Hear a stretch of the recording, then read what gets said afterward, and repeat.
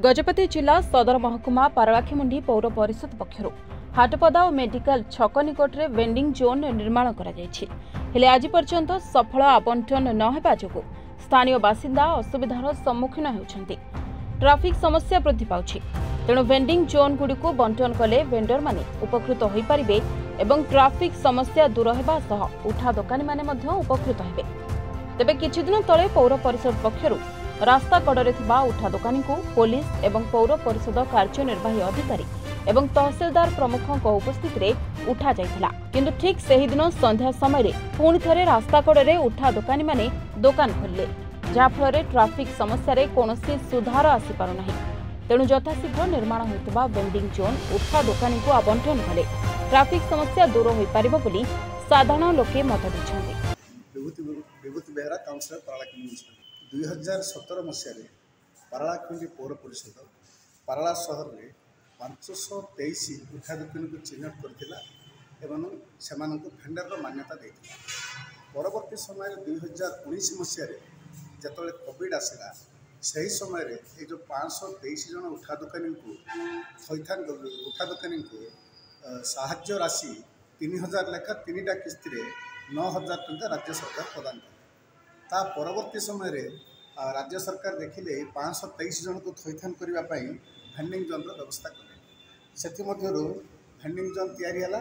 ये जो 523 जन अच्छा भेंडर्स से ही भेंडिंग जोन से आवंटन करने राज्य सरकार एक चिठा पारलाखेमुंडी पौर परिषद को पठाई।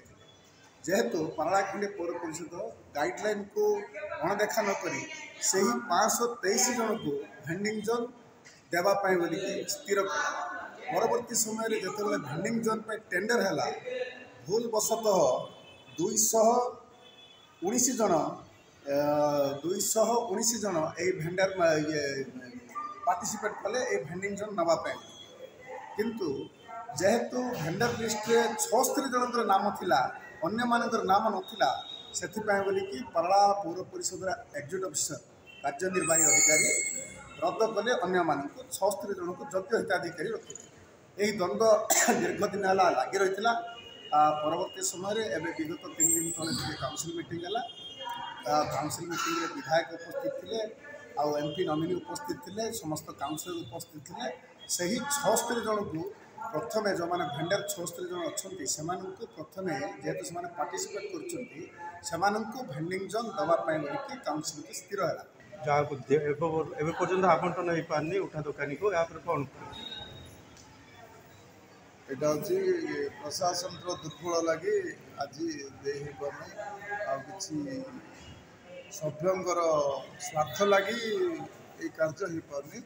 जहाँ देखा गले नगर निगम सभापति आम 2014 ରୁ 2018 काउंसिल थी। काउंसिल 2017 मसीह ये भेंडिंग जोन योजना कराई जी जाक रास्ता ठेला गाड़ी समस्त गोटे लिस्टिंग कराई 200 ना 150 ना के समथिंग मन पड़े लिस्टिंग कर भेंडिंग जोन दवापाई बोलिकी पौर परिषद तरफ कराइला 2017 मसीह जो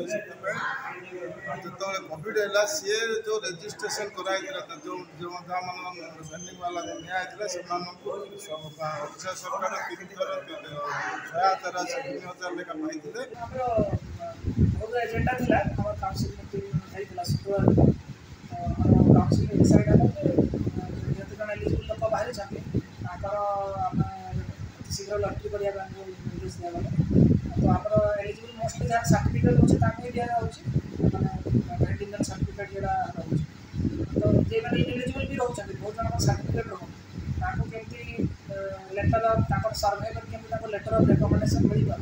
तो पर जो नेक्स्ट फेज हम अलटमेंट हम से केसटा जाने कन्सिडर यहाँ हुए जो लोक मैंने सर्टिफिकेट अच्छे जो एलिजिबल है तार लटरीटा Gajapati Vivekananda Behera report reporters today.